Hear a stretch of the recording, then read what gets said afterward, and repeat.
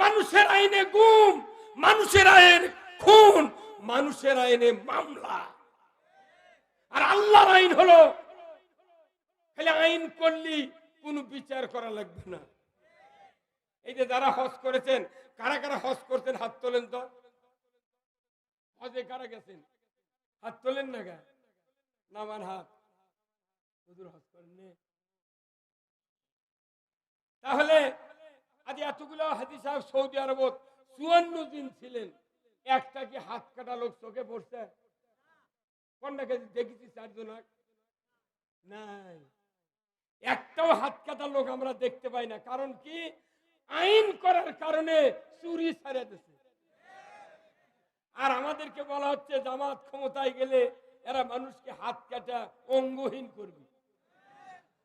এরা তোকমা, এত তোকমা দিলু তোরা বা রাজাকার, জঙ্গি, সন্ত্রাসী, তালেবান। কি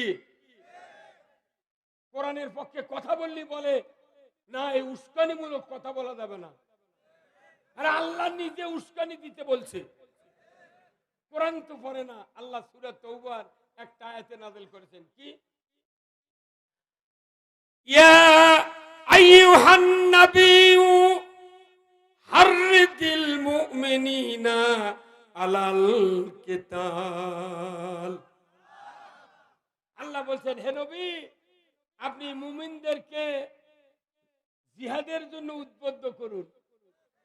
আর আমরা না সবাদ বসে খালি না আল্লাহর আইনের পক্ষে কিছু কথা বললি, দুই দিক থেকে একজন বলে কানের পট্টি গরম করে দেবো, আর একজন কয় চোখ বাষ্ট করে দেবো। এখন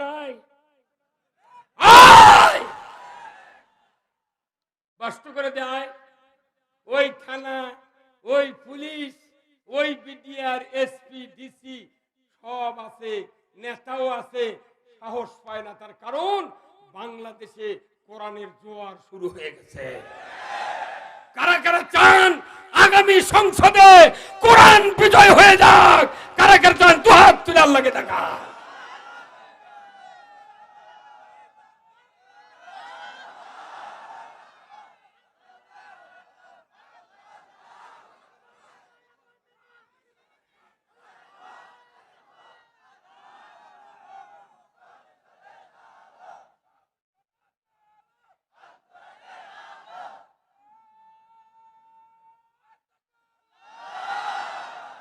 কেউ কেউ বলে কিয়ামত পর্যন্ত জামাত ক্ষমতায় যাবে না, মানে আল্লাহ টেলিফোন করে কয়া দিচ্ছে।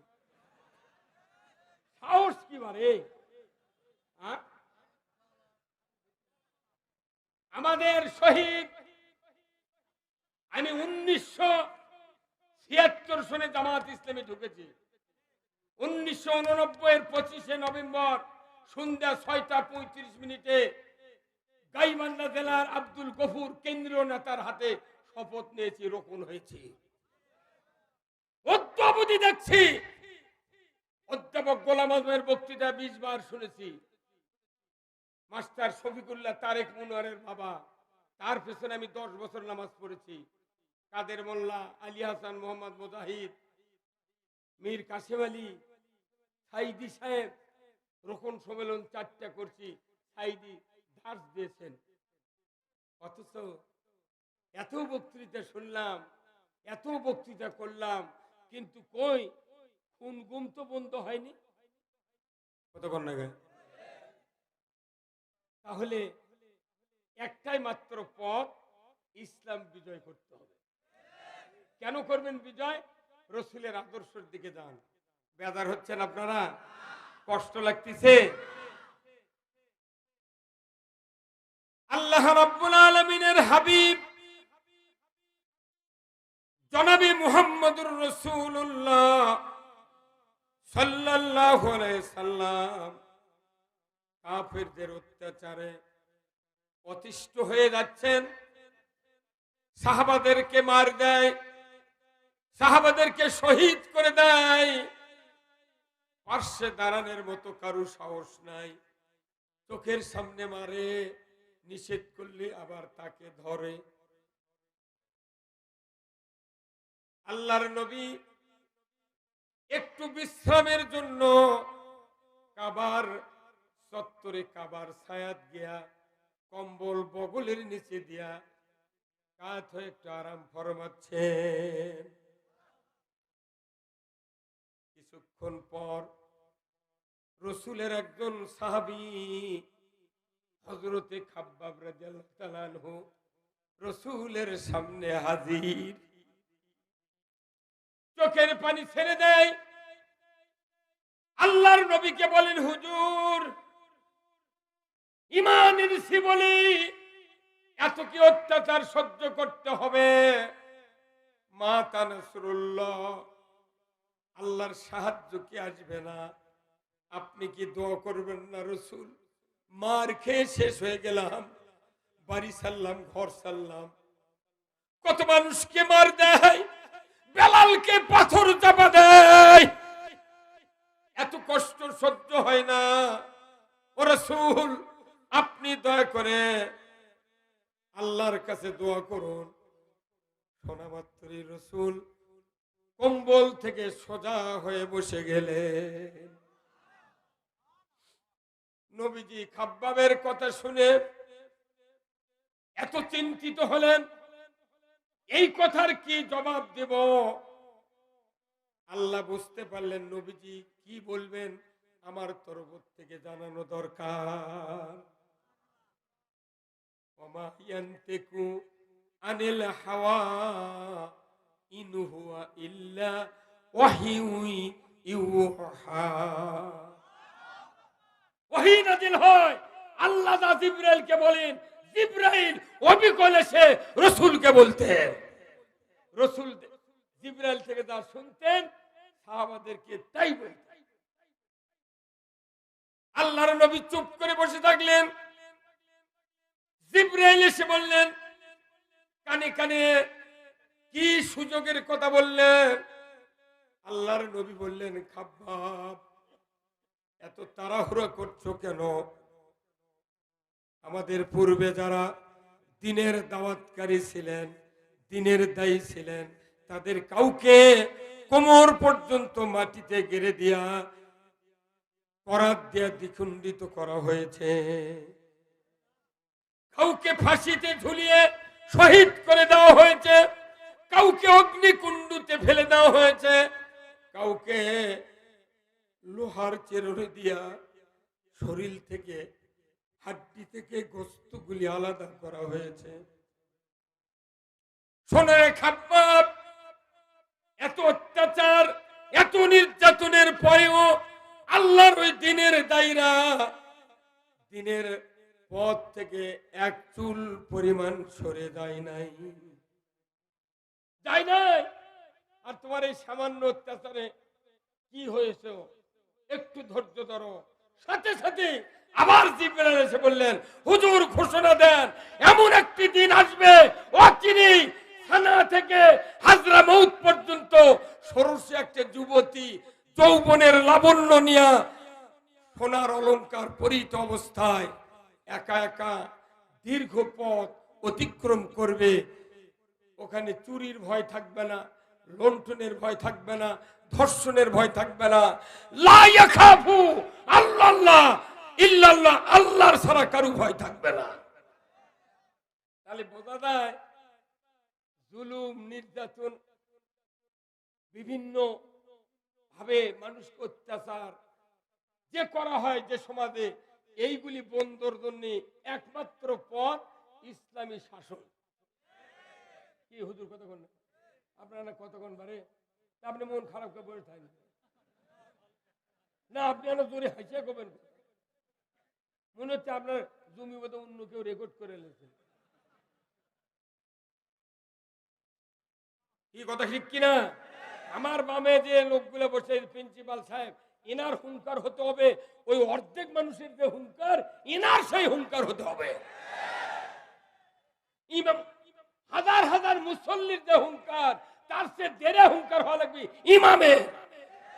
লক্ষ লক্ষ মানুষের যে হুঙ্কার, তার চেয়ে বেশি হুঙ্কার হতে হবে ওই বক্তাদের। তবে ইসলাম বিজয় হবে। বক্তারা বক্তৃতা করে যা জেলত মরবি, আর আপনারা কথা না বলে আপনার করছেন দেখবা ভালো যে কই বাঁচার উপায় নাই, আটার সাথে ঘুম পিষে যাবি। একে একে যদি ধরবার লাগে ধরিছে, একে একে ধরিছে। ধরা কি এই পুলিশ বাহিনী, এই পুলিশ বাহিনী কি কথা, জামাত বিএনপির 10 জন লোক যদি একত্র বসে কোরআনের বৈঠক করে, কে যেন ফোন করে খবর দেয়, আর পর আসেই 13 জন ধরে বলে আমরা গোপন তথ্যের ভিত্তিতে সংবাদ পেয়ে এখানে 16 জন বিএনপি জামাতের লোকদেরকে গ্রেফতার করেছি, হাতে ককটেল বানানোর সরঞ্জামাদি আর জিহাদি বই সহ। কথা কনে বারে কথা কনে কি রহমান কাতিবিনও জানে না যে এটা ঘটিছে কখন। কি অবস্থা আমরা বুঝেছি, মামলা কাকে বলে, রিমান্ড কাকে বলে, অত্যাচার কত প্রকার আমরা হারে হারে বুঝেছি। আমরা জাতিকে বলি আগামী দিনে মামলা হামলা খুন গুম থেকে পরিত্রাণ পাওয়ার জন্য ইসলামের বিকল্প শাসন নাই।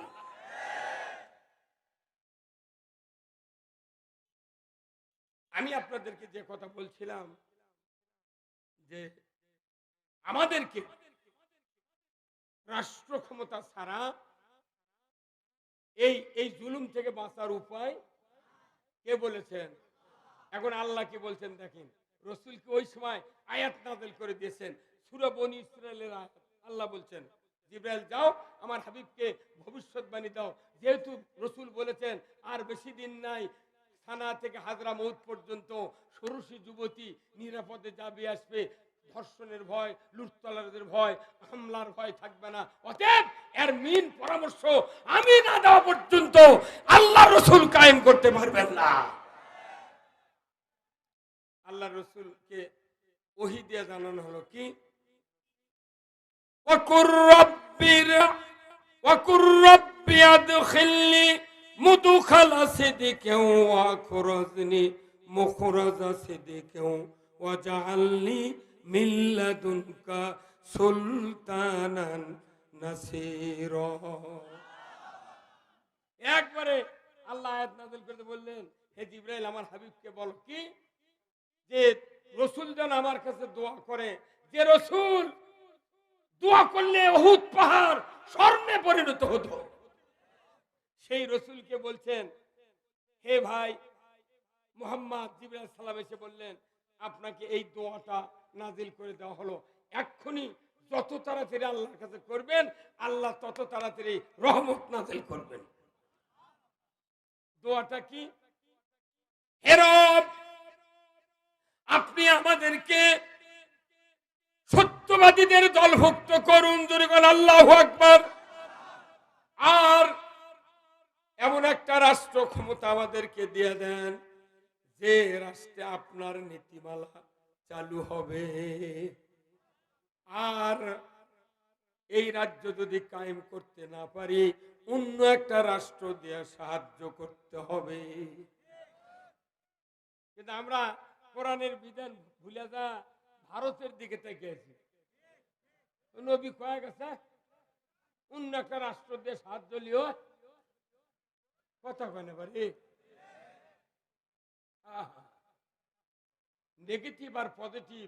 যারা আল্লাহর বান্দা তারা চিন্তা করে পজিটিভ, যারা আল্লাহর দুশমন তারা চিন্তা করে নেগেটিভ।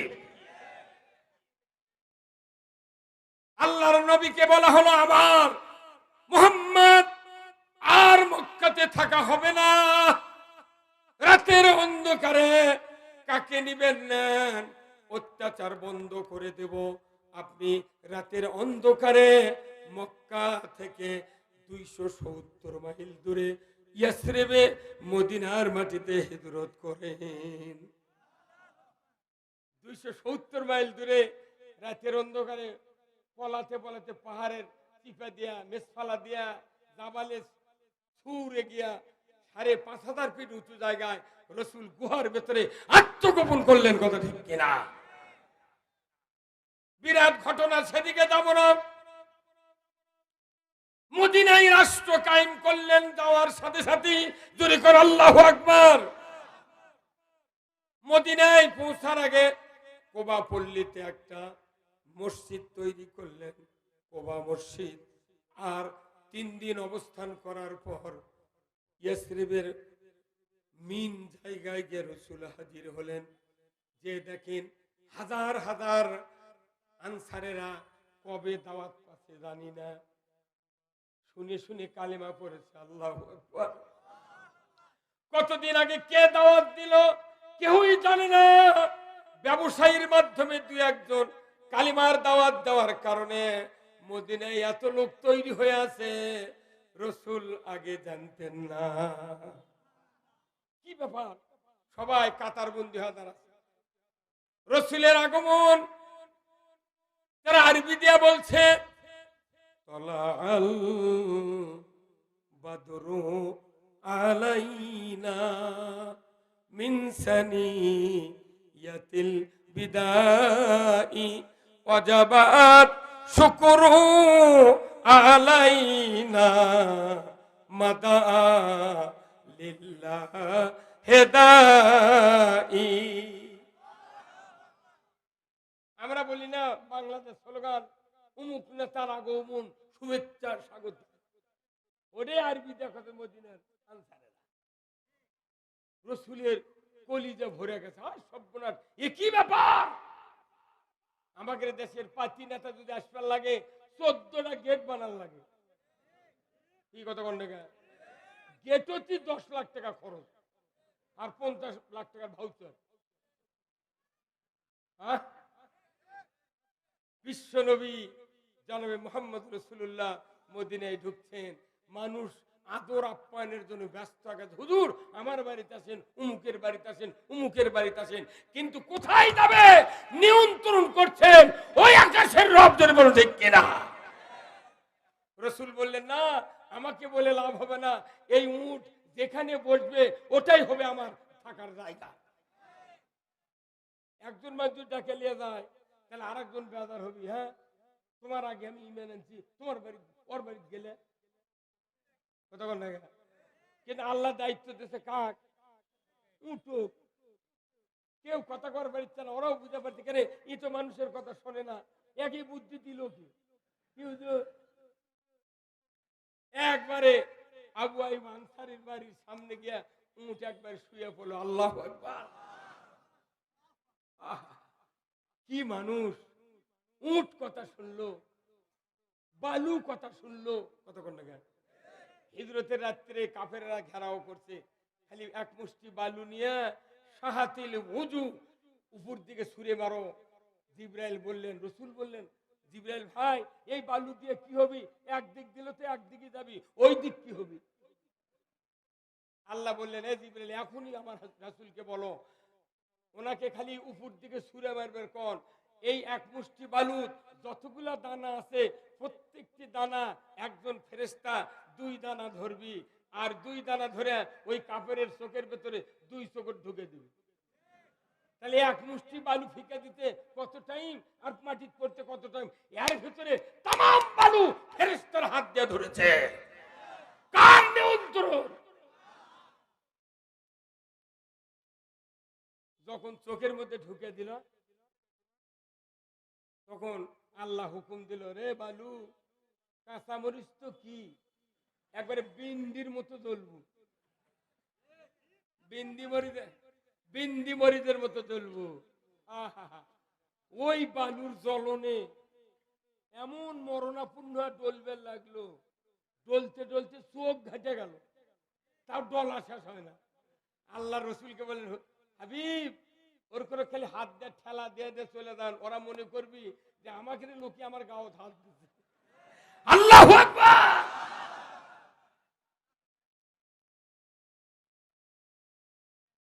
চলে গেলেন এইভাবে হিজরত, চলে গেলেন মদিনায়। মসজিদ তৈরি করলেন না, মাদ্রাসা তৈরি করলেন না, কথা নাই, নামাজের কথা নাই। প্রথম রসুলকে বলা হলো আপনি ইসলামী রাষ্ট্র ঘোষণা দেন।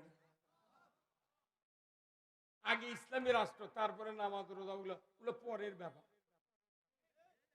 আমি জুম্মা মানে কি করবো? জুম্মা যা ইমাম বক্তৃতা দিবার গেলে মোতাল্লি গলা খাকার দিবি, তখন ইমাম চিন্তা করলে মোতাল্লির গলা, তখন ওই দিক তাকাছে, চোখ দিয়ে করছে এ কি করছো। যে দেশে মসজিদ গুলিতেও কোরআন নিরাপদ নয়, ওটা তো আলিমের নিরাপদ না, ওটা তো কোরআনের নিরাপদ নয়। গত 16 বছর অনুমতি ছাড়া শোভা হয়নি। কি আশ্চর্য, অমুসলিমদের পুজো হয়, তারা তাদের ধর্মীয় অধিকার আদায় করবে, সরকার হেল্প করতে বাধ্য। কিন্তু দেখা যায়, আমি এইবার আমার মাহফিল শুরু হচ্ছে সেপ্টেম্বরের 15 তারিখ থেকে, এক গ্রামের উপর দিয়ে যাচ্ছি, ওই পূজার সময় দেখি যে ওই ওনাদের দেবতাকে কয়েকজন লোক ঘাড়ে এনেছে ওই মাসাঙের উপরে।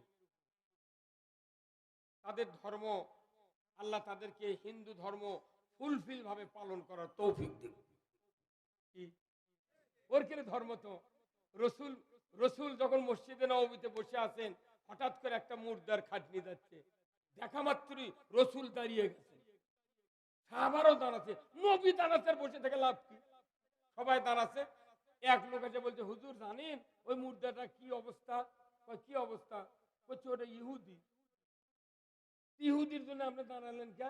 তখন রসুল বলছে না, আমি ইহুদির জন্য দাঁড়াই নাই, ওই মুর্দা যে মানব, ওরা যে মানুষ, এই মনুষ্যত্বের আমি সম্মান দেওয়ার জন্য আমি দাঁড়িয়েছি। কি তার কলিজা! একটা রাজনীতিবিদ হলে গেলে বিরাট ফিল্টের মতো কলিজা লাগবে। উকুনের কলিজা দিয়ে রাজনীতি হবে না, আটুলের কলিজা দিয়ে রাজনীতি হবে না। রাজনীতি করতে হবে ব্রড মাইন্ড নিয়ে, কথা ঠিক কিনা? মুসলিম আমি, সৈনিক আমি, আমি চির রণবীর, আল্লাহকে ছাড়া কাউকে মানি না, নারাই তাকবীর। বীর মুসলমান ধরো আল কোরআন, ফিরায়া আনো সেই হারানো সম্মান। বীর মুসলমান, আমরা বীরের জাত। কোরআন বিজয় না থাকার জন্য মাদ্রাসার অধ্যক্ষর মাথার উপরে 54 বছর ধরে ছবি ঝুললো। কত গনে রে, কত গনে বাড়ি, কত গনে রে। একটা সর্বোচ্চ ডিগ্রি মাদ্রাসার হাজার হাজার আলেমের ওস্তাদ, তারই মাথার উপরে 2টা করে ছবি। এখন ছবি নামাছে 5ই আগস্টের ছাত্ররা, ছবি চলে গেছে কিন্তু 6টা লোহা পড়েই আছে। ওনারা মনে করছেন আবার টাঙ্গাবো। কথা বলে রে, ছবি যেহেতু চলে গেছে, সুযোগ আছে গেছে, ওটা জামিরা দিয়ে লোহা তুলে ফেলে দেওয়া উচিত ছিল। বহু মাদ্রাসায় লোহা তোলেনি, হুজুর তুলিছেন কে ভাই? বেদার হচ্ছেন আপনারা?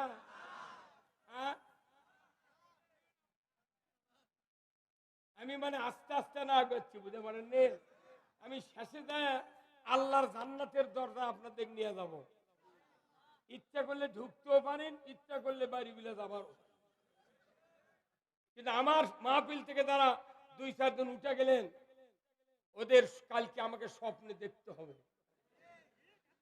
আমি এসেছি কোরআন প্রদানের জন্য। আমার রসুল বলেছেন আল্লাহ যার কল্যাণ চান তাকে কোরআনের জ্ঞান দেন, যার কোরআনের জ্ঞান নাই আল্লাহর পক্ষ থেকে তার কল্যাণও নাই। আপনি কি কল্যাণ পেতে চান? ও আমার জাতিরা, দুহাত তুলে আল্লাহকে দেখান।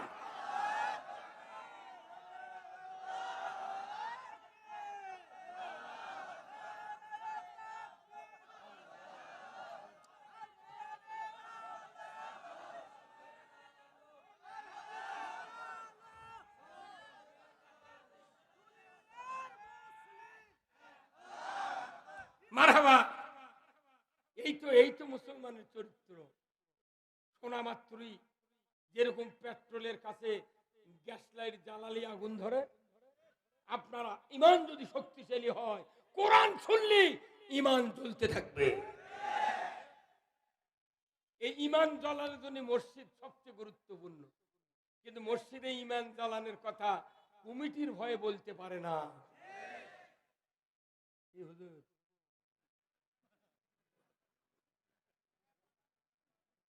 আচ্ছা মসজিদ একটা কার ঘর? এই ঘর কি আসমানে বানান লাগে না জমিনে? জমিনে মসজিদ বানালাম আমরা আল্লাহর ঘর, এই ঘরের কমিটি কারা হবে এটা কি আল্লাহ বলে দেয়নি? লৌহে মাহফুজে কোরআন নাযিল নয়, নবী সৃষ্টির আদম সৃষ্টির আগে কোন মানুষ মসজিদের খাদেমদারি, ম্যানেজিং কমিটির সদস্য, মোতাল্লি, কেশিয়ার হবে, লৌহে মাহফুজে আগে আল্লাহ কমিটির প্রফর্মা তৈরি করেছেন। কিন্তু দুনিয়ার শেষ নবীর কাছে এই প্রফর্মা পাঠিয়ে দিয়েছে। মসজিদ হলো মানুষ তৈরির হলার, আর রাইস মিলের হলার হলো চাউল তৈরির হলার। আল্লাহ কোরআনে বলছেন, ইন্নামা ইয়ামুরু মাসাজিদাল্লাহ মান আমানা বিল্লাহ ওয়াল ইয়াউমিল আখির ওয়া কামুস সালাতা ওয়া আতাউজ যাকাতা ওয়া লাম ইয়াখশা ইল্লাল্লাহ। আমার আল্লাহ বলেছেন ওই মসজিদগুলির কমিটি হবে তারাই যাদের ভিতরে 5টা গুণ আছে। ধরে কোন আল্লাহু আকবার। কয়টা গুণ?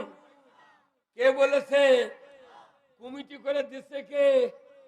তুই কমিটি না মানে তুরি মতের কুর্মী কমিটি মানে রাতের অন্ধকারে করছে।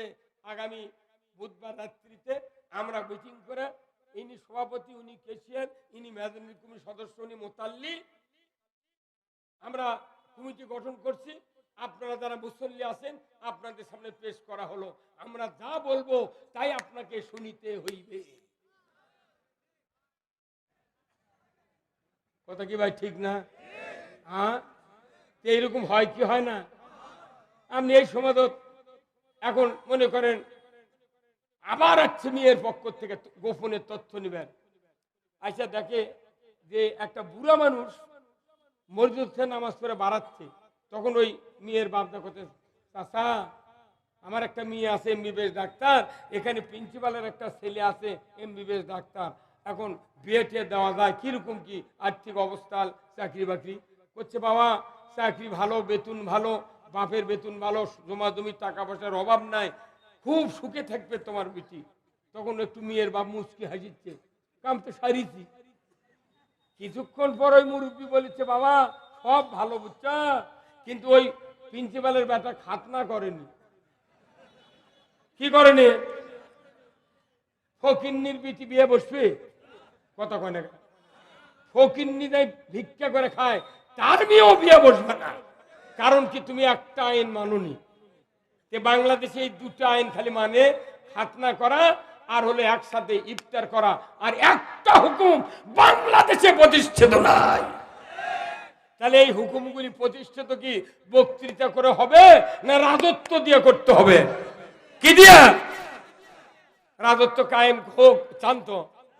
এখন আসেন রাজত্বের বক্তৃতা। বেদার হচ্ছেন আপনারা?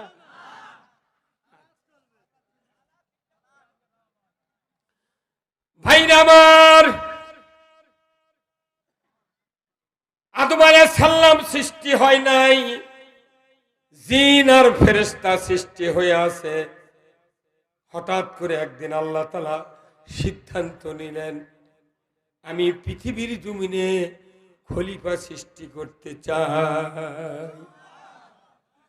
ওয়াইজি ক্বালা রাব্বুকা লিল মালাইকাতি ইন্নী জাইলুন ফিল আরদি খলিফা। আল্লাহ নিজে সিদ্ধান্ত নিয়েছেন, ইতমিনান হয়েছেন, আমি জমিনে পৃথিবীতে খলিফা সৃষ্টি করতে চাই। বলার সাথে সাথেই ফেরেশতারা বলল ইউফসিদু ফিহা, এরা ফাসাদ করবে, রক্তপাত, দাঙ্গা হাঙ্গামা, নবীকে হত্যা করবে, এরা সুদ খাবে, এরা ঘুষ খাবে, নামাজ পড়বে না, আল্লাহ আপনার উপর ঈমান আনবে না, সমাজে বিশৃঙ্খলা সৃষ্টি করবে, এদেরকে সৃষ্টি করা হবে না।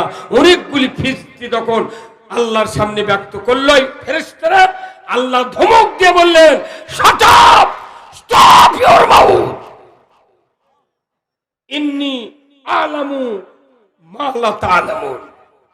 আমি আল্লাহ যা জানি তোমরা তা, আল্লাহ তো বেশি জানে, কথা ঠিক কিনা? আল্লাহ বললেন, আমি যা জানি তোমরা তা জানো না, আপনাদের কাছে জিজ্ঞাসা। আল্লাহ যখন ফেরেশতার সামনে খলিফা সৃষ্টি করতে চাইলেন, ফেরেশতারা এতগুলি ফিরিস্তি পাঠ করবে, এটা কি আল্লাহ জানতেন না? কি জানতেন? আগেই জানতেন যে আমি এই হিট মারলি এই ফেরেশতারা এই কথা বলবে, এটা আল্লাহ আগেই জানতেন। আজকে যারা বসে আছেন, অনেক মানুষ মনে মনে চিন্তা করতেছেন, কাল সকালবেলা জমির বীজ দেবো, তারপরে আলুর জমি পানি ছিঁচে শুকিয়ে দেবো, আমি মেয়ের বাড়িতে যাবো, অমুক জায়গায় যাবো, এটা মনে মনে নাই। কেউ যাবি নওগাঁ কোটে, তাহলে আল্লাহ এই খবর জানে কি জানে না যে বান্দা কি করবি কালকে? তাহলে ফেরেশতা ওইরকম যে কথাগুলো বলেছে আল্লাহ তাআলা আগেই জানতেন, এই জন্য উনি ধমক দিয়ে বলেন, চুপ, আমি যা জানি তোমরা তা জানো না। তোমরা বলছো রক্তপাত করবে, মারামারি করবে, হানাহানি করবে, নবীদেরকে হত্যা করবে। আমি আল্লাহ বলছি, ওই খলিফা সৃষ্টিকর্তার পর আমি সহিফা দিয়া, কিতাব দিয়া, খেলাফত দিয়ে দেবো। আল্লাহু আকবার। কি দিয়ে দেব? খেলাফত। খেলাফত মানে কি? রাজত্ব। জনগণ, খেলাফত মানে কি? রাজত্ব। রাজত্ব কার পরিকল্পনা? তখন কি আদম আলাইহিস সালাম বানাছে? কিচ্ছু করেনি। প্রথম পরিকল্পনা খেলাফত দেব, কিতাব দিয়া, সহিফা দিয়া, কোরআন দিয়া, তাওরাত দিয়া, জাবুর দিয়া, ইনজিল দিয়া। জনগণ আল্লাহু আকবার। বলুন তো, 1,02,24,000 পয়গাম্বরের ভেতরে কোন নবীর 4 জন খলিফা ছিলেন? কোন আমাদের নবী? আমার কবারই চায় না বাড়ি। একটা চোটে মার্কা নেতা 6 মাসে ওযু করে না, তাকে আবার পার্টি নেতারা কয় আমার প্রাণ প্রিয় নেতা। কি আমার প্রাণ প্রিয় নেতা? আল্লাহকে কেউ কয় না আমার আল্লাহ, নবীকেও কেউ কয় না আমার নবী। কথা কোন না? সাহস হয় না যে আমি বিড়ি খাই, কেন করে কয় আমার নবী? আহারে, আমার ভাইয়েরা,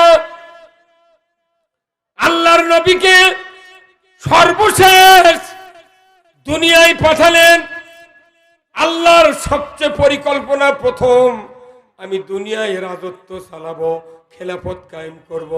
আমার আপনার নবীর 4 জন খলিফা ছিলেন, আবু বকর সিদ্দিক, হযরতে উমর, হযরতে ওসমান, হযরতে আলী রাদিয়াল্লাহু তাআলা আনহুমা আজমাইন। এই 4 জন সাহাবী কি পীরের খলিফা ছিলেন? পীরের খলিফা? কার খলিফা? রাজত্ব চালানোর জন্য উনি খলিফা হয়েছিলেন। ওনারা রাজত্বের মালিক, আমিরুল মুমিনের মালিক। দরকার ঠিক কিনা ভাইরা আমার? এই রাজত্ব শুরু হলো রসুলকে দিয়া। রসুলকে কোরআন দিলেন।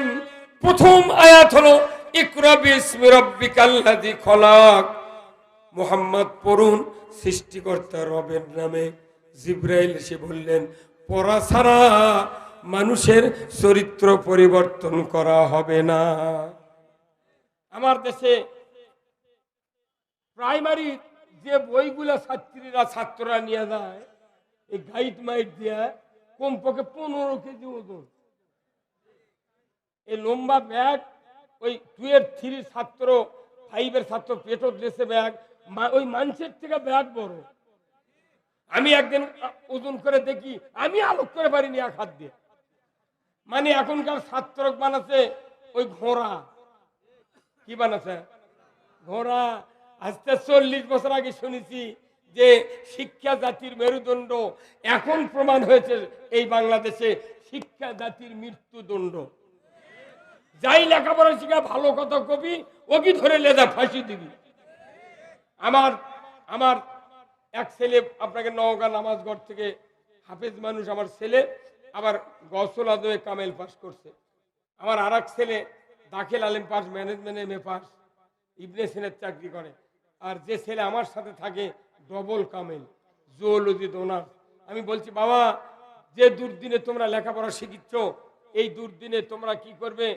স্কুল কলেজে যখন বিশ্ববিদ্যালয়ে যাবে তখন একটা খালিয়া সিগারেটের টোল আর গ্যাস লাইট, গ্যাস ছাড়া গ্যাস লাইট পকেটে থুবে। যদি কেউ পুলিশ টুলিশ তোমাকে সার্চ করে তাহলে সিগারেটের পেক আর গ্যাস লাইট দেখলে কবি গুড বয়। হ্যাঁ, আর যদি কিছু না পায় তাহলে বলবি ব্যাড বয়। কি কথা কি সত্য না মিথ্যা বলছে? ভাইরা আমার, ইসলাম যদি ক্ষমতায় যায় 20 বছরের ভিতরে বাংলাদেশের যত ছাত্র ছাত্রী তৈরি হবে, এই ছাত্র ছাত্রীগুলির চরিত্র যা হবে ফেরেশতার চেয়ে উন্নত। এই 6 বছরের সন্তান প্রাইমারি যাচ্ছে, ওখানে কালেমা, তাওহীদ, একত্ববাদ, রিসালাত, নবীর নাম, নবীর জন্ম, নবীর কাজ কি, শৈশবের বাল্যকালের শৈশবের, তারপর যৌবনের কাজ কি, প্রাইমারি 5 পর্যন্ত সব বুঝান হবে। 2 জন করে হুজুর ওই জায়গা দেওয়া হবে। কিন্তু হুজুর না দিয়ে এইবার গানের মাস্টার দিবার চাইছিল। হুঙ্কারের চোটে সরকার প্রত্যাহার করতে বাধ্য হচ্ছে। তুমি জানো না, তুমি জনগণের সরকার, সমর্থনের সরকার। রসুলকে যেরকম গণভোটের মাধ্যমে মদিনার প্রেসিডেন্ট হইতে হয়েছিল, আজকে ডক্টর ইউনূসকে বলতে চাই তুমি গণভোটের সরকার। কথা ঠিক কিনা? তাহলে এই রসুল সমর্থনীয় সরকার হয়েছেন, ডক্টর ইউনূসও তো তাই। এই গানের মাস্টার দেওয়ালি মানে এই কয় বছর দেখলো প্রাইমারি মাস্টাররা কমলা গোলাপি রঙের শার্ট, কালো প্যান্ট পরে, কিছু মাস্টার ফেসবুকে দেখা গেল ওরা সাইকেল চালাচ্ছে, তিরিং তিরিং সাইকেল চালা। আবার করছে আলু ভর্তা বানাও, আবার বলতেছে ব্যাঙ্গের মতো লাফাও, আবার করছে যে যারা মহিলা মেয়ে ছাত্রী আছো তোমরা বাসর ঘরে বিছনা ফালান শেখো। কতক্ষণ দেখা একদিন বোধহয় বাসর ঘর হয়নি, মানুষ বোধহয় একদিন আলু ভর্তা খায়নি, সাইকেল বোধহয় চড়েনি। কতক্ষণ দেখা এইগুলি তখন আপনার শিখান হচ্ছে। এই ছাত্রী গুলো দিয়ে আবার বিশ্বের ভেতরে বাংলাদেশের ভাবমূর্তি নষ্ট করা হচ্ছে।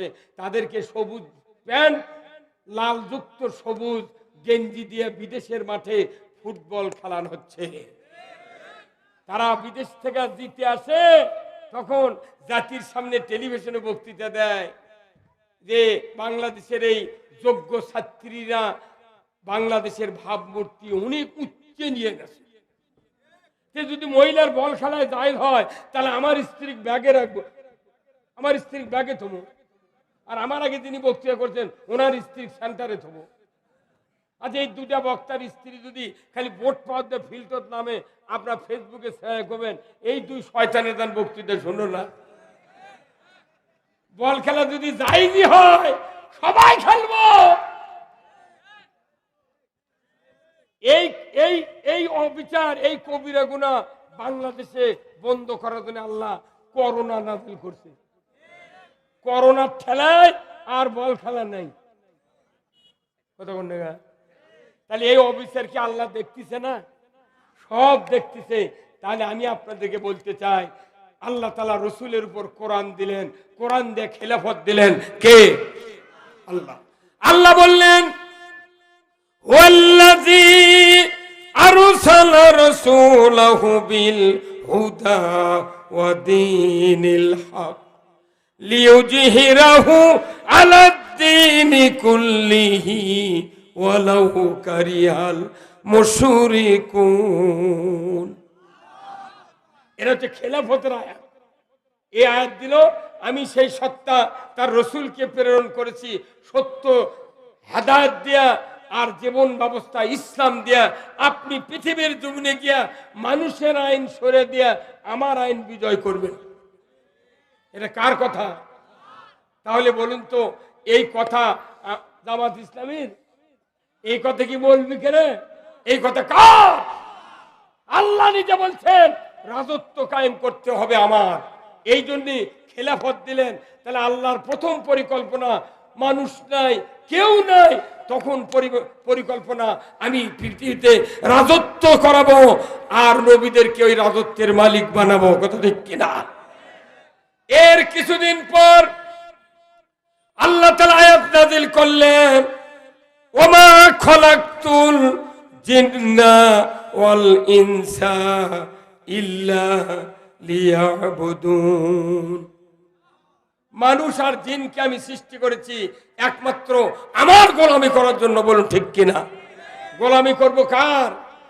মূলত এই কোরআন নাজিলের উদ্দেশ্য দুইটি, নবী প্রেরণের উদ্দেশ্য দুইটি, খলিফা সৃষ্টি করার উদ্দেশ্য দুইটি।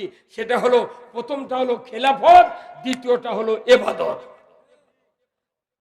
খেলাফত ছাড়া ইবাদত অচল, আর ইবাদত ছাড়া খেলাফত অচল।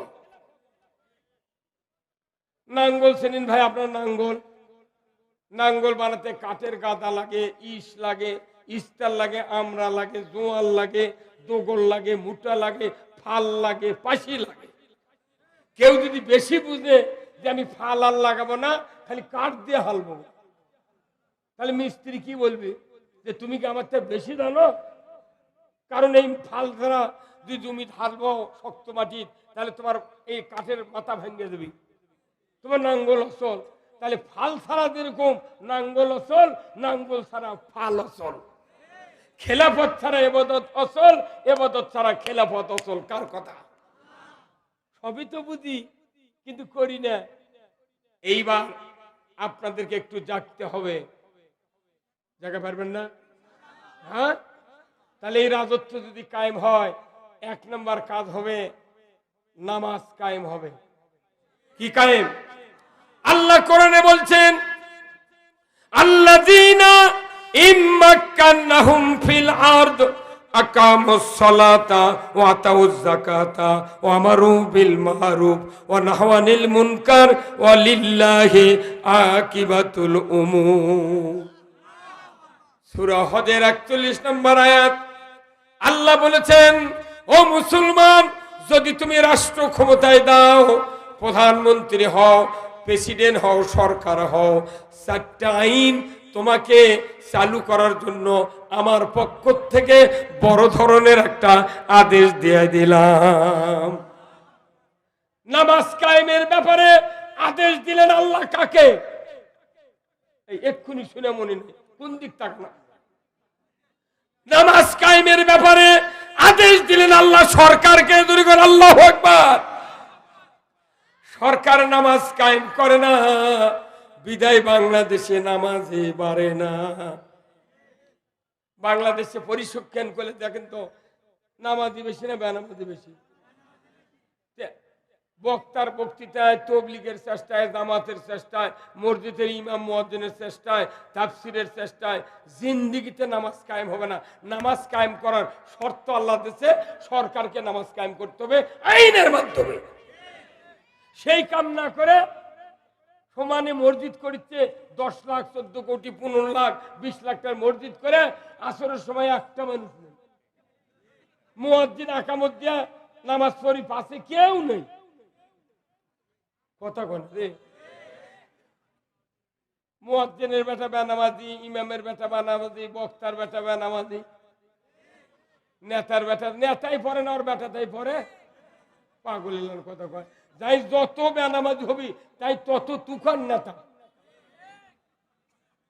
আর আমাদের দেশে যে নেতৃত্ব চলতেছে, এই নেতৃত্ব মানে কি মনে করেন? আমাদের দেশের নেতারা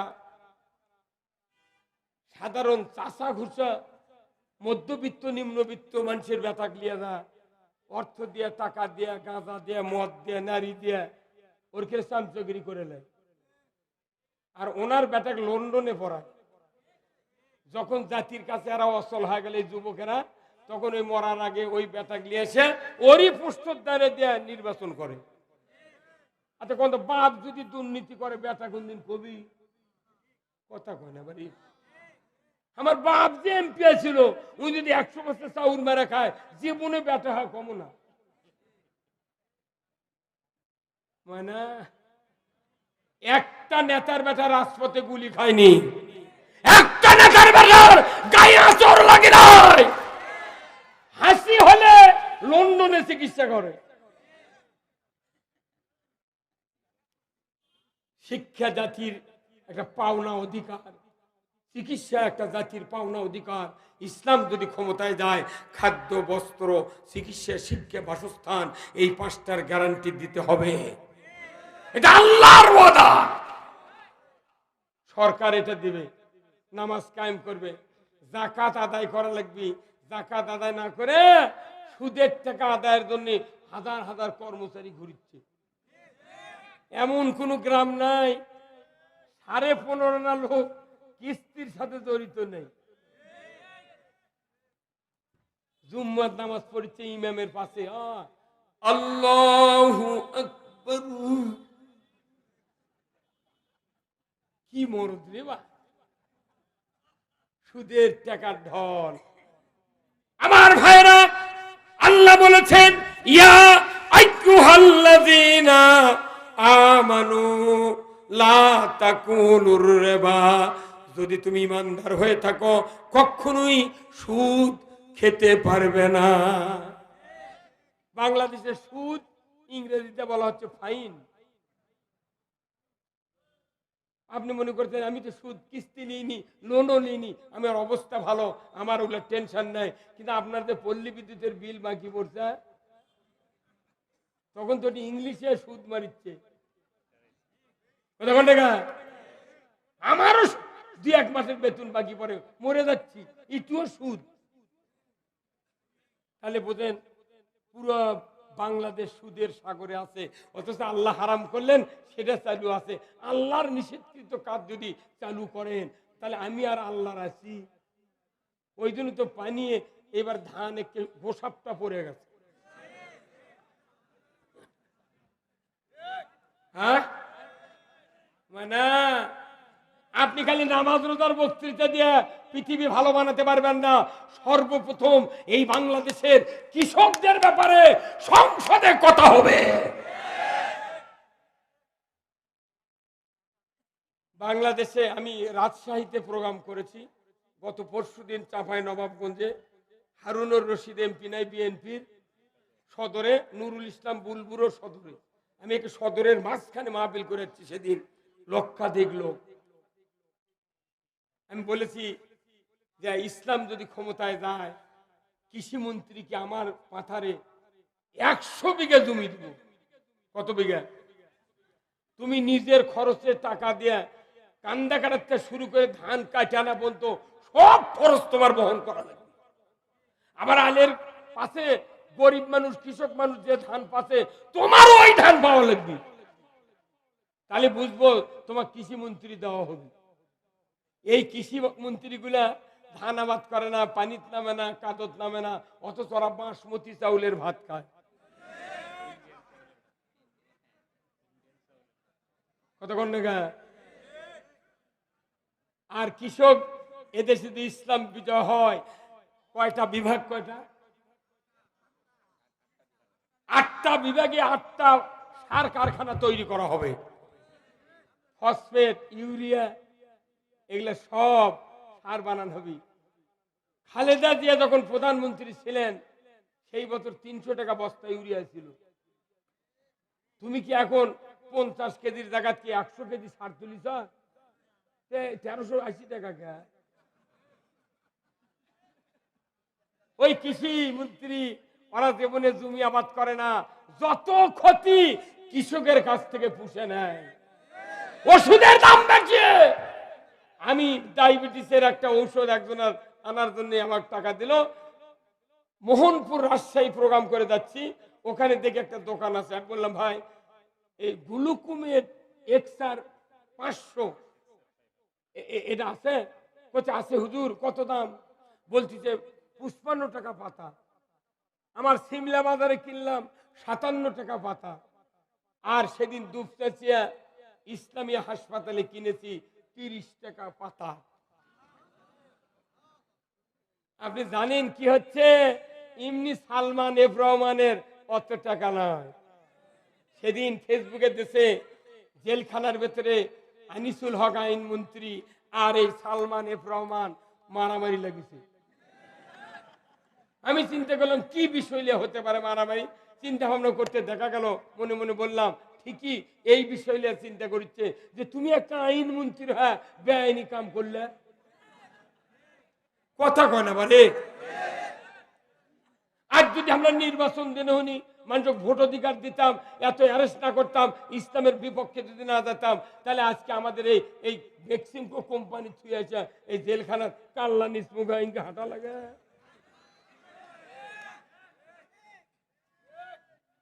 আপনি খালি কোরআন হাদিসের বক্তৃতা শুনলে হবে না, পৃথিবীর কৃষকের শান্তি দিতে হবে। অ্যামিস্টার টপ নামে একটা ওষুধ আছে, 1630 টাকা ফাইল। আমি কৃষক একজন, আমার কমপক্ষে 16 ফাইল এই ঔষধ লাগে। এই ঔষধ না দিলে জমির ছত্রাকনাশকে দানাই হয় না। সরকার কি পারে না 1100 টাকা ভর্তুকি দিয়ে 500 টাকা দেয় ওষুধের বোতল মানুষকে দেওয়া? হ্যাঁ বলে পারে না। যত টাকা লুটপাট হলো, যত টাকা ফ্রিজে উঠলো চাউলের ভাড়ার মধ্যে, তারপরে বালসের খোলের মধ্যে, এত টাকা লাগবেই না।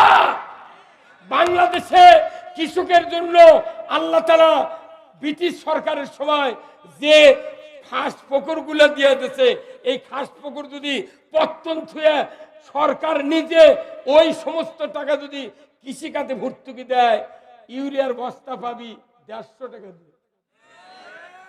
কিন্তু ওগুলা গাড়ি পুকুর দিয়ে নেতা তার কর্মী করে পালিচ্ছে। ওই চশমালা কথাই বলে পারে।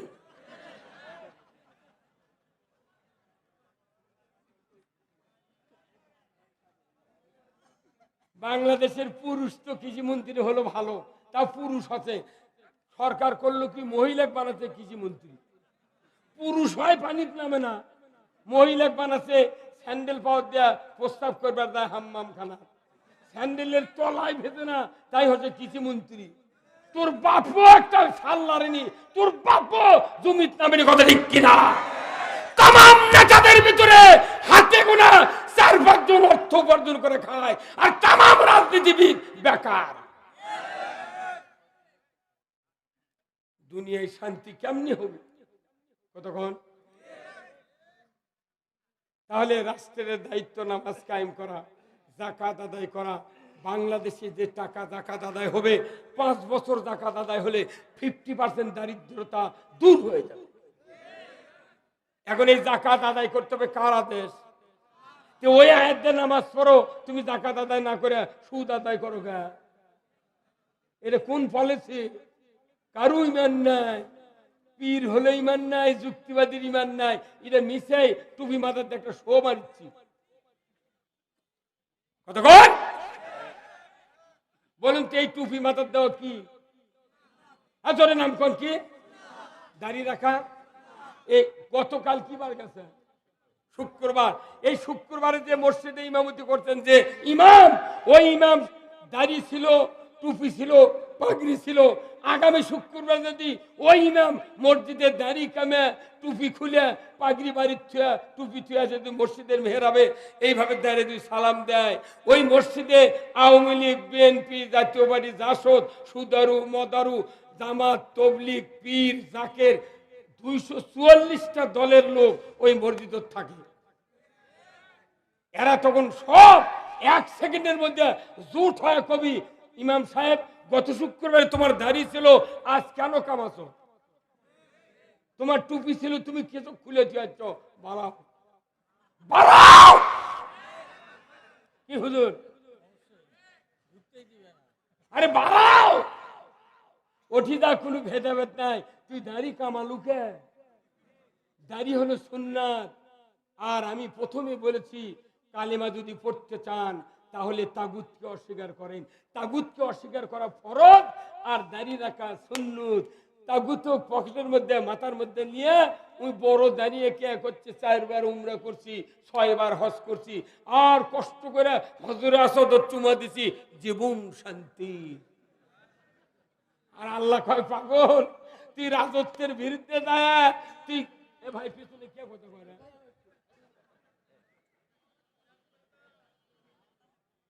বন্ধ করে দিই ভাই বক্তৃতা। হ্যাঁ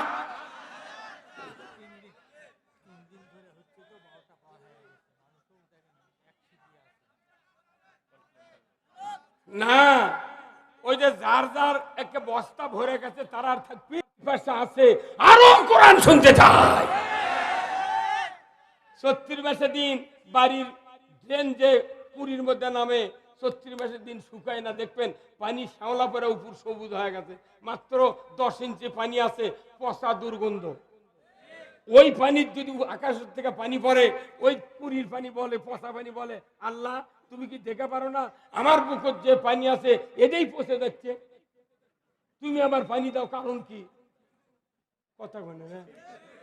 কিন্তু মরুভূমিতে লক্ষ লক্ষ টন বালি আছে, এই বালিতে যখন পানি হয় আল্লাহ বলে, আল্লাহ তোমার আকাশে কত পানি আছে আমি দেখতে চাই।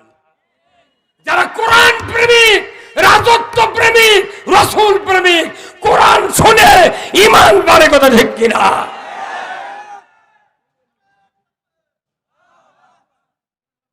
তরকারি যদি স্বাদ হয় অল্পই ভালো, এই জিনিসগুলো তো আর সময় পাওয়া যাবে না, বলার সময় পাওয়া যাবে ভাই। ওনারা হয়তো হাজত আছে, বাড়িতে একা আছে, বউ ফোন করছে, কোনটি তুমি রাত 12টা বাজে গেল আসো না কে? কত রাত মোবাইল টিপতে টিপতে ওটি হাতের থেকে পড়ে যায়, তখন বউ কয় ওই হচ্ছে টেপা টিপি, ঘুম আসো। এমন কোন যুবক নাই রাত্রে 3, 4, 5 ঘন্টা মোবাইল না টিপে। বলে সব জানি, পুলিশ আসা নৌকার থেকে নামো, এখন নৌকার থেকে নামিছে, এখন কোনটি উঠবো, এখন কোনটি উঠবো? হ্যাঁ মরদ আছে, বেদার হচ্ছেন ভাই, শ্বাস করি কল যায়।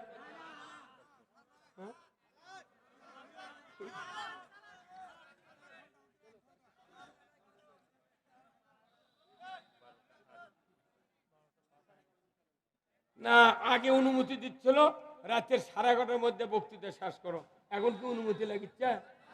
সারা রাত এটি গাবালেও কেউ মানা করবে না। সিয়ারি খায়ের থেকে দামো, কারা কারা যাবেন হাত তোলেন তো দেখি।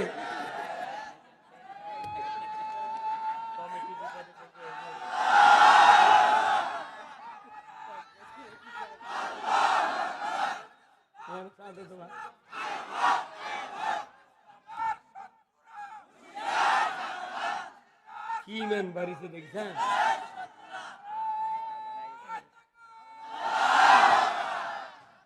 কি বলতেছিলাম আমি? সরকার ছাড়া নামাজ কায়েম হবে না, সরকার ছাড়া সুদ বন্ধ হবে না, সরকার ছাড়া পর্দা ফরজ হবে না, সরকার ছাড়া চুরি বন্ধ হবে না, সরকার ছাড়া জানা বন্ধ হবে না, দুর্নীতি, ঘুষ, অবিচার, অনাচার একটাও বন্ধ করার সুযোগ নাই। নামাজের দায়িত্ব সরকারক দিয়েছে, ওই মসজিদের টুটাফাটা ইমামক লয়, বক্তাক লয়, কাকুলা, খবরদার তোমার বেটাই তো নামাজ পড়ে না, তুমি কিসের নামাজ কায়েম করবে? আমার ভাইয়েরা, সরকার যদি আইন করে আজ থেকে বাংলাদেশে দশক থেকে বৃদ্ধ সুস্থ পর্যন্ত আল্লাহর আইনের মাধ্যমে নামাজকে ফরজে আইন হিসেবে ঘোষণা দেওয়া হলো, একটি ইমানদার যদি নামাজ থেকে বিরত থাকে, আমি সরকার বলে দিচ্ছি তোমাদের এক ওয়াক্ত নামাজের জন্য ফাতরা পরিমাণ 70 টাকা জরিমানা, এক ওয়াক্তের জন্য 2.5 ঘন্টা হাজত। এই আইন যদি করে তাহলে দেখবেন আজ 4:45টায় ফজরে আযান হচ্ছে, যখন সরকার আইন করবি রাতের 3:30টার সময় স্ত্রী ডাক দিবি, নইম বা বোটো তুমি একদিন যা করছো 1400 করে যাওয়ার আশা আছে, ডেলি তুমি এই এক ওয়াক্তের জন্য 70 টাকা করে জরিমানা, তাহলে 6 ওয়াক্ত বেতন দিয়ে 6 হাতে 300, 6 কুড়ি 120, এই 420 টাকা জরিমানা দেওয়া লাগবে। আর 15 ঘন্টা হাজত খাতা লাগবে 24 ঘন্টার মধ্যে। তুমি পারবে? যদি পারো তো শুয়ে থাকো, আর যদি না পারো অজু করে জুম্মা বিলা যাওয়ার আগে মুয়াজ্জিনক দেখা করে তুমি জুম্মা দাও। আমার ভাইরা, হাসির খোরাক নয়। আল্লাহর কথা বলতে গিয়া মানুষের অন্তরে যখন প্রশান্তি আসে, যারা নামাজ আদায় করে তারা মনে করে আমাদের চতুর্দিকে যত ভাইয়েরা আছে সবাই যেন নামাজি হয়ে যায়। তাবলীগ জামাতের ভাইয়েরা নিজের খায় এত চেষ্টা করে, দুনিয়ার কোন মানুষ এত সময় দিতে পারবে না। বাড়ি ঘর ছাড়া দাওয়াত দেয়, কিন্তু দেখা যায় তাদের চেষ্টা ফলাফল ঢাকাতে 2 গ্রুপে মারামারি। তার মানে কি? নামাজ কায়েম করবে সরকার। কার কথা? তাহলে আমাকে সব বাদ দিয়ে আগে সরকার কায়েম করে তারপরে অন্য কথা। আর সেই সুযোগ আছে এইবার, যদি আপনি এই সুযোগ কাজে না লাগান, 250 বছরে জীবনে দান মোকদলেন না কোরআনের আইন কায়েম করবো, বাটাম ফাটে দিবি। আমার একটা স্বপ্ন পূরণ করো ও গো দয়াময়, তোমার পথে চলতে গিয়ে বরণ যেন আমি অটল যেন থাকতে পারি আল কোরআনের পথে, ধৈর্য নিয়ে চলতে পারি দিন কায়েমের পথে। আমায় ধৈর্য দিও, সাহস দিও ওগো দয়াময়, তোমার পথে চলতে গিয়ে না পাই যেন ভয়। কি গান! ইসলামী ছাত্র শিবিরেরা যে গান বলে, শুনলে কলজা যার যার হয়ে যায়। এই জাতির সন্তানেরা সরকার আমাদের আইন করেনি, চরিত্র গঠনের আইন করেনি। ইসলামী ছাত্র শিবিরেরা, এই কর্মীরা যারা অ্যারেস্ট হয়েছে, গোপনে পায়খানার ভেতর গামছা বেড়া নামাজ পড়ছে, তাও ইসলাম কায়েমের রাস্তা থেকে পালায়া যায় না। আজকে বাংলাদেশে প্রমাণ হয়েছে, কয়েকটি নির্বাচনে ঢাকসু, জাকসু, চাকসু এবং রাকসু নির্বাচনে যে বিজয় হয়েছে, বাতিলের মাথা খারাপ হয়ে গেছে। করবার চালু কি হলো? 16 বার গুনিতে ভোট, তাও গুনে দেখে ওই, তারপরে তাও বিশ্বাস হচ্ছে না এত ভোট পারলো কুটি থেকে। শেষে এসে করছে আওয়ামী লীগের সাথে জোট করেছে। তুর্কের হলত থেকে মোট ভোট পানো, তুই পালো 8টা।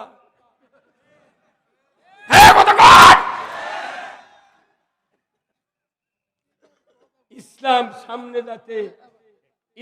সামনে যাতে বাধা হবে, কিন্তু আল্লাহ আমাদের সাথে আছে।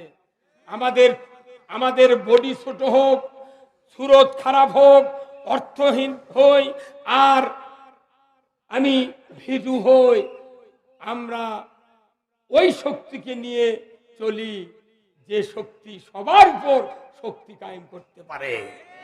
আল্লাহ তাদের সাথে আছে, কাউকে তারা পরোয়া করে না। আমরা কোরআন শুনলে ইমান বাড়ে। কার কথা? অনেক ইমান বাড়ছে। ওই মানুষটা সবুজ সাত গাঁও দিয়ে যে স্লোগান দিয়েছে, ওই 6 বছরে স্লোগান দেয়নি, আর শুনে শুনে এমন ইমান বাড়ছে চান্দা ফাটাবি। আল্লাহ কোরআনে বলছেন, ইন্নামাল মুমিনুনা আল্লাযীনা ইযা যুকিরাল্লাহ ওয়াজিলাত কুলুবুহুম ওয়া ইযা তুলিয়াত আলাইহিম আয়াতুহু জাদাতহুম ঈমানাও ওয়া আলা রাব্বিহিম ইয়াতাওয়াক্কালুন। নিশ্চয় যারা মুমিন, তাদের সামনে আল্লাহর নাম উচ্চারণ হলে ওয়াজিলাত কুলুবুহুম, অন্তর থরথর করে কাঁপে। আর এমন মুমিনের সাথে যখন চিন্তা হয় আল্লাহ আর খারাপ কাজ করব না, নামাজ কাজা করব না, সুদ খাবো না, বেপরদায় চালাবো না, আমি ভালো হতে চাই, তখনই আল্লাহ ওই ফাঁকের মধ্যে তার ইমান বাড়ানোর জন্য যারা কোরআন পড়ে শুনে বুঝে তাদেরকে কোরআনের দিশা দিবে, আল্লাহ বলেন সাথে সাথে ওই রকম মুমিনের অন্তরে আমি ইমানকে বাড়িয়ে দিই। কি বাড়িয়ে দিই? এই জন্য আসুন আমরা যারা আজকের এই তাফসীর মাহফিলে বসে আছি, কথাগুলো যা বললাম কি ক্ষতিকারক না উপকারক? হ্যাঁ, আল্লাহ রসুল এইভাবে মানুষকে বুঝেছেন। আমার 47 বছরের বক্তৃতায় জিন্দিগিতে কোনো দলক আমি গালাইনি, কোরআন বুঝে বেড়াচ্ছি, কথা কন না গা। কিন্তু বাংলাদেশে অনেক বক্তা আছে উঠাই গায়, উঠাই গাল, কথা কন না গা। গাইলে মানুষকে আক্রোশ দিয়ে মানুষকে ভালো বানানো যায় না। আল্লাহর ব্যবস্থা কায়েম করতে মানুষকে আগে বুঝান দরকার। আমি বুঝে চলে যাব, তাও কিয়ামতের দিন আল্লাহ বলবি না আমার এই বান্দা বুঝা ছিল, তুই করিস নি কে? এই গোপালপুর বাজারের এই তাফসীরের ভিডিও দেখানো হবে কিয়ামতের ময়দানে। কে কে ঠিক মুখ খুলে কথা তার করেও দেখানো হবে। আবার যারা যারা আস্তে হাত তুলিছে এর করেও দেখানো হবে যে সগলি একবারে হাত তুলো, তুই পরে ইনকামে একা করে তুললু। আল্লাহ পুরা পৃথিবী সিসি ক্যামেরা লাগে না, নিজে দেখতে পারে। সিদরাতুল মুনতাহা তাহাতা সারা, একটা পিঁপড়া যদি পাথরের মধ্যে হাঁটে সেই শব্দ আল্লাহ শোনে। আর আপনার মধ্যে কি আছে জানে না?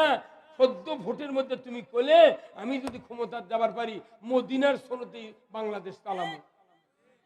তাহলে মু আর খালি দয় হস্যিকার আছিল মদিনার, সেই দয় হস্যিকার কাটিয়ে দিয়া ময়ের নিচে হস্যকার দিয়া মুদি, কথা কন না। মদিনার সনদ যদি কায়েম হতো কোন আলেমকে অ্যারেস্ট করা হতো না।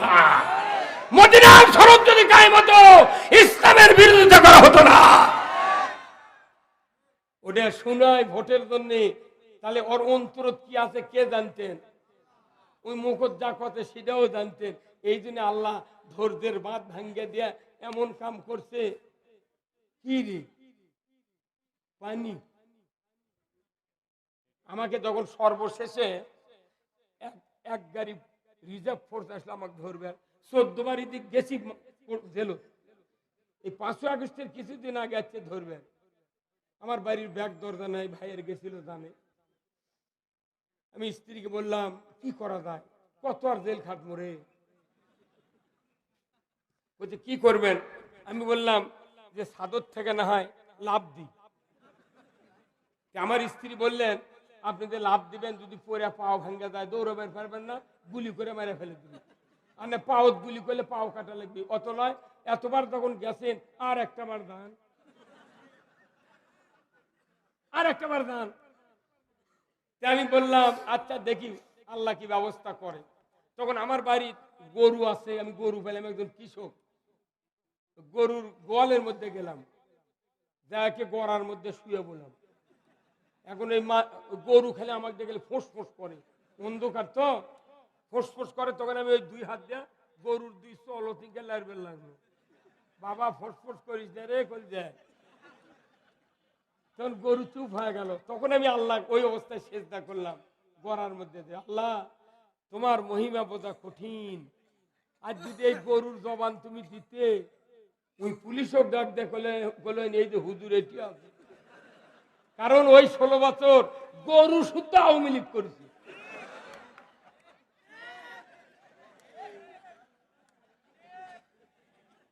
আপনাকে নাসির উদ্দিন মরহুম সাবেক এমপি, এই মান্দার নাসির উদ্দিন গরু বুলবুলে মানুষ, খয়েরি পাঞ্জাবি পরে থাকিছিলেন।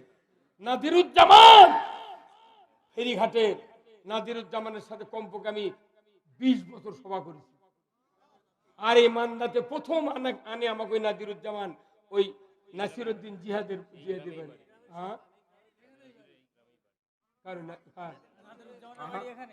এখানেই না, এত ভালো লোক। আহা, আমার মাঝে মধ্যে সুমাও খায়, কই কি রে পিচ্ছি করে কি রে। উনি বলছেন নাসির উদ্দিন জিহাদি সাহেব যে নেতা একটা ছোট্ট বক্তা আছে আমি আনবার চাই। কোথাকার? নন্দীগ্রামের। তখন আমার দাড়ি চুল কালো কালো কষ করছে। আমি বললাম নাদিরুজ্জামান ভাই কত দূর যাওয়া যাবে কেরে? বলছে না আসেন অসুখ। ওনার সবুজ একটা গাড়ি আসছিল, সবুজ তো না নীল, এই গাড়ি আসছিল। আমি বললাম আচ্ছা ভাই আমি যাবনি। তখন তো আমার গাড়ি টাড়ি নাই, ওই হুন্ডা দিয়ে আসতাম। সেই বান্দায় খারাপ দিয়ে জোত বাজার দিয়া আমি চলে আসলাম। আচ্ছা এই নাসিরউদ্দিন জিহাদির গ্রামে বক্তব্য দিলাম, একটা দোফা জায়গা আছে, তারই উপরই মঞ্চ করলো, পূর্ব দিকে বসলাম। তো উনি আমার পাশে বসেছিলেন। এই নওগাঁ মান্দা নওগাঁ জেলার প্রথম ইসলামী আন্দোলনের উনি নেতা। আমি সিআইসিতে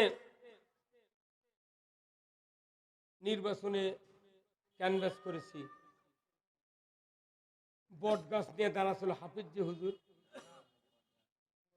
বট গাছ আমি ক্যানভাস নিজে করেছি। তো ইউনিয়ন, আমার ইউনিয়নে মাত্র 3 ভোট পাচ্ছিল। আমার বাপ একটা, আমার বাপের বিয়ে একটা, আর কুমড়া গ্রামের ইমান দরবেশের একটা। এই 3 ভোট পা আব্বা আমাকে করছে, আরে তোর কথা শুনে ভোট দেন কো, ভোট কো। আমার বাপ আবার বক্তা ছিল, আমরা বাপ বেটা সেই বন্ধু। আমাকে বলিচ্ছে যে এবারে ভোট দেন কো, কেউ তো ভোট দেয়নি, এই 3 ভোট দিয়ে কি করবো? আমি কোন আব্বা আপনি বোঝেন না, আপনি শোনেন, আনাদের বিসি একটাই যথেষ্ট।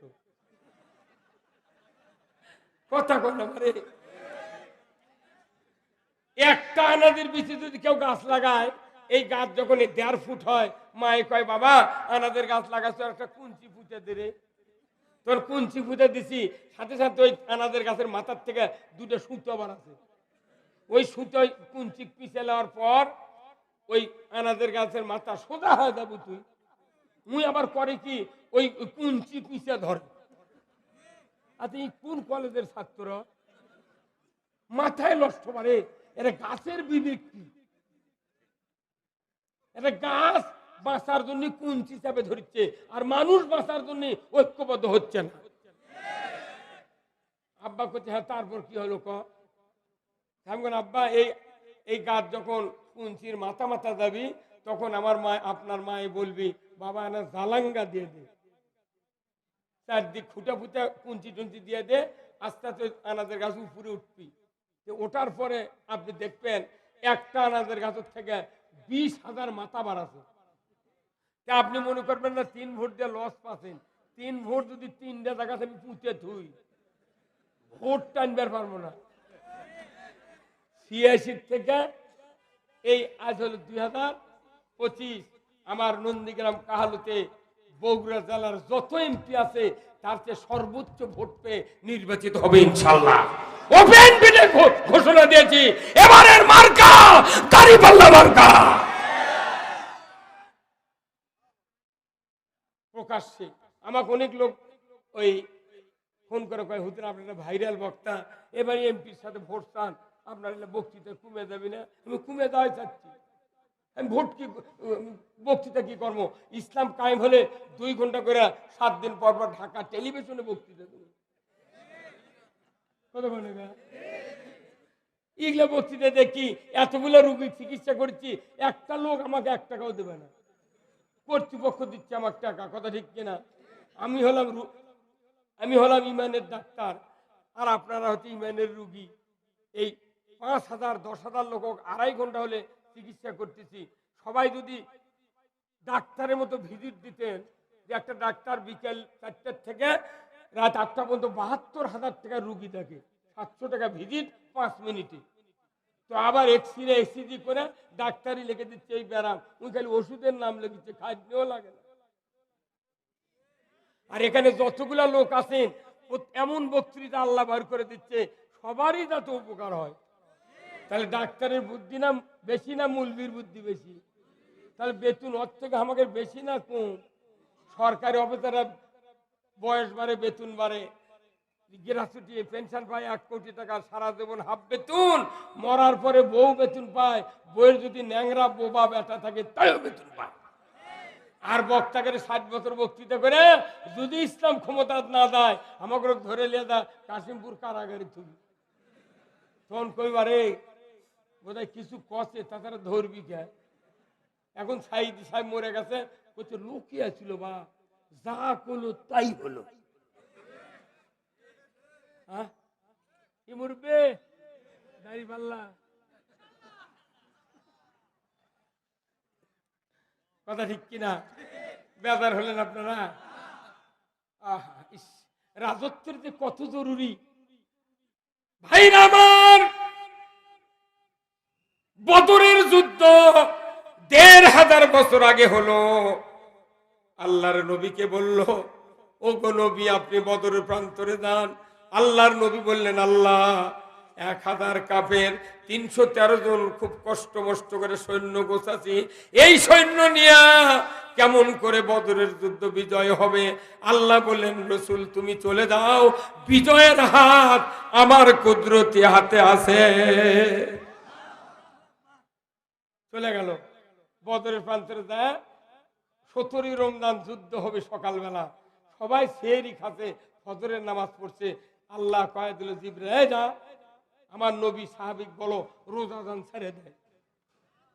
রোজা করার দরকার নাই, কে রোজা ছেড়ে দাও। ওই কাফেররা খুরমা খাবি, পানি খাবি, ভাত খাবি, উটের গোস্ত খাবি, ওরা শক্তি পাবি, আর এরা না খায় মরবি গে। এরকম খাবার কও, রোজা বন্ধ। আল্লাহু আকবার। রোজা ছেড়ে দিয়ে যখন রসুল বললেন এই ঘোষণা, কেউ কেউ চিপাটানে ছাড়েইনি। হচ্ছে যে আল্লাহ রসুল বললেন, যারা রোজা ছেড়েছ তারা নেককার, আর যারা ছাড়নি তারা বদকার। রোজা ছেড়ে দিয়ে যুদ্ধ করলো। প্রথম চান্সে ৩০০০ ফেরেশতা আসলো। একটা ফেরেশতার সাথে ওই ১০০০-এর কাম বাজিছে। ওই ফেরেশতা এমন উচ্চ হয় খালি লল্লি পর্যন্ত খালি ফেলে দিতে না। তাহলে রোজার চেয়ে দামি হলো আল্লাহর দিন বিজয়ের যুদ্ধ। নামাজের চেয়ে দিন বিজয়ের কাজ সবচেয়ে শ্রেষ্ঠ। রোজা ছেড়ে দিয়ে যুদ্ধ করে বিজয় দিয়েছেন কে? উহুদের যুদ্ধে আল্লাহর নবীকে জানানো হলো, তুমি সৈন্য রেডি করো ১০০০, আর ৩০০০ কাফের ধরে। বলুন ঠিক কিনা? দ্বীপপুরের সময় এমন একজন লম্বা চড়া যুবক, মাথার চুল কোকড়ানো, সিমসাম বডি, রসুলের সামনে হাজির। রসুলকে সালাম দিয়ে বললেন, হুজুর আমি যুবক, আমি উহুদের যুদ্ধে অংশগ্রহণ করব। নবীজি মাথার দিকে তাকালেন, চেহারা দেখলেন। উনি বললেন, বাবা তোমার নাম কি? বলে, আমার নাম হানজালা। তুমি কি বিবাহ করেছো? বলে, না। এইমাত্র তুমি বাড়িতে যাও, বিবাহ সম্পন্ন করো। হানজালা মনে করছে বিয়ে যদি করে পারল না আগে, তাহলে যুদ্ধ যাওয়া গেল হনি, তাহলে বিয়েই বাধা, বিয়ে করে একদম আল্লাহু আকবার। আগে বিয়ে করবে দৌড় মারছে। আর আমাদের বাংলাদেশের বাপেরা যুবক মোবাইলে হাজার খান্তি প্রেম করছে, তাও বাপে করছে, মা আগে পাওয়ার দ্বারা তারপরে বিয়ে দেবো। কেউ কি শুয়ে থেকে যাচ্ছে? 18 বছর হবি বিয়ে করে দিবেন, ওর ঘুম ভালো হবে, মোবাইল টিপবে না, বাপ মাও খেদমত করি ভালো। ওর মাথায় ঠিক নাই, ওই কাম করবি কি দিয়ে? অনুরোধ করছি যুবক ভাইরা, যাদের পিতা আছেন, যুবকদেরকে বিবাহ দেন, চরিত্রবান করান। আল্লাহর নবীর কথা শুনি হযরত হানজালা তীব্র বেগে বাড়িতে গিয়া মা বাবার সামনে বললেন, ও গো আব্বা, মা, ভাই জানেরা, আমাকে রসুল বলেছে তুমি বিবাহ করো। আমি রসুলকে বলেছিলাম যুদ্ধে যাব, রসুল বললেন বিবাহ করো।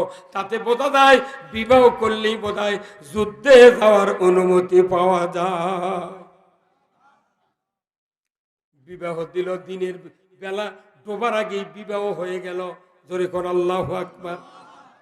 আমাকে লাগান বিয়া 12 খান্তি দেখিচ্ছে যাই, আর 15 দিবি সেটি বিয়ে। আর রসুলের সাহাবের কাছে চাই খালি মেয়ে মানুষ হলে হয়, কথা কয় না বারে। বিয়ে হয়ে গেল, স্ত্রীকে নিয়ে চলে গেল। গভীর রাত্রিতে বাসর সজ্জা উদযাপন হয়ে যাচ্ছে। ভোর রাতে আল্লাহর নবীর সাহাবী গোসল করার জন্য হাম্মাম খানায় যায়। মদিনার অলিতে গলিতে ঝান্ডারা বাজিয়ে বলে, কুতিলা মুহাম্মদ, কে আসরে, কে আসরে? এই মদিনার বুকে ঈমান নিয়ে ঘরে বসে আছো, রসুল শহীদের পথে, ইসলাম পরাজিতের পথে। যদি ঈমান থাকে তরবারি নিয়ে যুদ্ধের ময়দানে হাজির হও। আল্লাহর নবীর সাহাবী হাম্মাম খানায় প্রবেশ করার পর গোসলের প্রস্তুতি নিচ্ছেন। এমন সময় আওয়াজটা যখন কানে পড়ে গেল, হযরত হানজালা বলেন, পানের স্ত্রী গোসল করব না। নবীজি যদি দুনিয়ার থেকে বিদায় হয়ে যায়, ইসলাম যদি পরাজিত হয়, এই মদিনায় শান্তি হেতু বাস করা যাবে না। দাও তরবারি,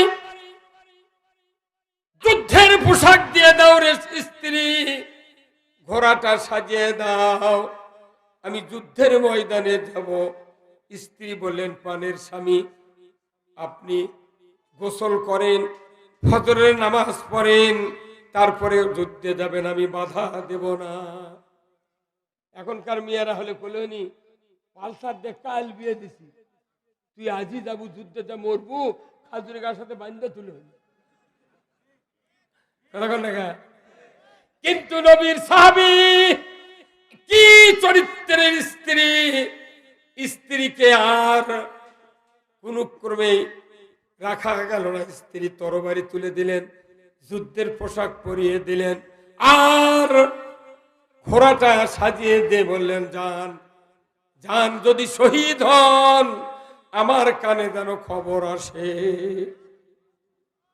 যুদ্ধে চলে গেলেন, নবীর সাথে দেখা নাই, সাহাবাদের সাথে দেখা নাই, বিবাহ শর্ত ছিল, চলে গেছে বিবাহ করে। যুদ্ধ করতে করতে এক পর্যায়ে হযরত হানজালা চিরদিনের জন্য শাহাদাত বরণ করলেন। যারা উহুদ প্রান্তরে হজের সময় গিয়েছেন, আমির হামজার কবরটা উহুদ প্রান্তরের মাঝখানে ৭০ জন সাহাবী একত্রে এক জায়গায় দাফন করা হয়েছে। নবী নিজ হাতে দাফন করেছেন। শহীদ হয়ে গেলেন। মদিনায় খবর গেল, রে হানজালার স্ত্রী, তোমার স্বামী শহীদ হয়েছে। আমরা শুনতে পেলাম। স্ত্রী পাগল বেশে মদিনার উহুদ প্রান্তরে হাজির হলেন রসুলের সামনে। রসুলকে বললেন, ও রসুল, আমার স্বামী হানজালা জিহাদের ময়দানে শহীদ হয়েছে।